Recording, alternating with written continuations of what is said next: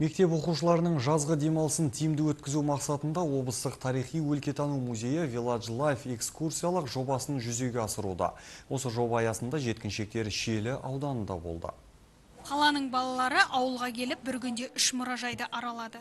Алдымен Ақкүріштің атасы Ыбырай Жақаев атындағы күріш өсіру тарихи музейін тамашалады.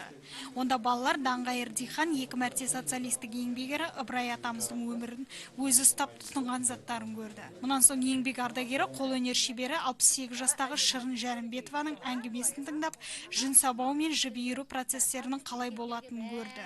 Қазақтың салт дәстүрлерін әрі қарай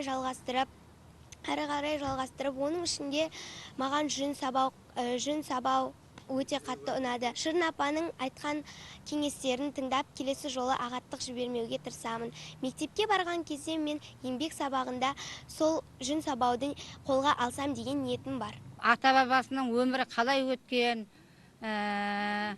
атадан балаға мұра болып қалатын нәрсе. Тарихта алда, келешекте сендердің балдарының өмірі қандай болатын бір алда біледі. Мысалға ғой, соның бәрін үйреніп білу керек. Бір адам білсе, сол 1000 адамға үйрету керек.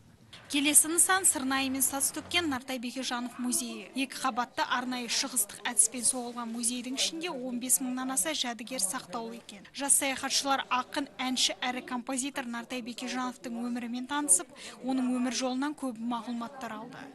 Ал Шиелі аудандық тарихи өлкетану музейі өлкенің тарихынан сыр шертеді. Балаларымызға ұмыт болып бара жатқан ұлттық құндылықтарымызды, яғни өз көздерімен көрсету, дәріптеу, бұның ішінде бізге өте ұнағаны осы Ыбырай атамыздың өзінің музейі, Жақаев ауылындағы ол жердегі өзінің тұтынған заттары, бұйымдары, мұнан басқа ауданнан шыққан 40 еңбек ері, бір ауданнан шыққан осы кісілердің еңбек жолымен таныстыру балаларға. Village Life жобасы бүгінгі таңда Шиелі ауданымен жалғасуда.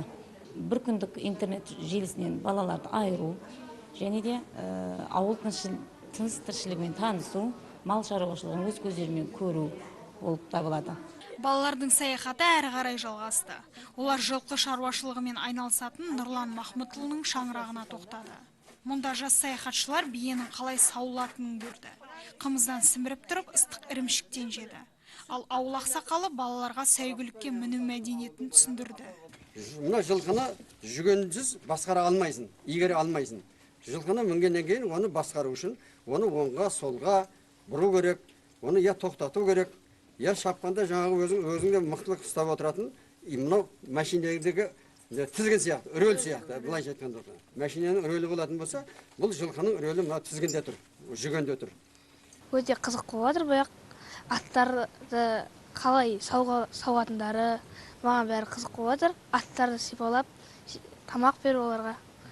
Маған осы ауылдағы қыдырған күндерім, саяхаттарым ұнап отыр. Көп нәрсе егілген, мысалы айтсақ, алма, өрік, жеміс-жидектің бәрі егілген, көкөністер. Өте таза ауыл деп айтсақ та болады, қатты ұнады бұл ауыл. Village Life жобасы туған өлке тарихын танып білуге жол ашатын экскурсиялық бағыттағы жоба. Бұл жоба арқылы мектеп оқушылары ұлттық салт дәстүр мен әдет-ғұрыптарды санасына сіңіреді. Айта кетейік, Village Life жобасы қазан айына дейін жалғасады. Елігай Асылбек, Ерболат Тұрсынғожа, Алпамыс Әшірбеков, Досқан Сәтбай, Қызылорда телеарнасы, Шиелі ауданынан.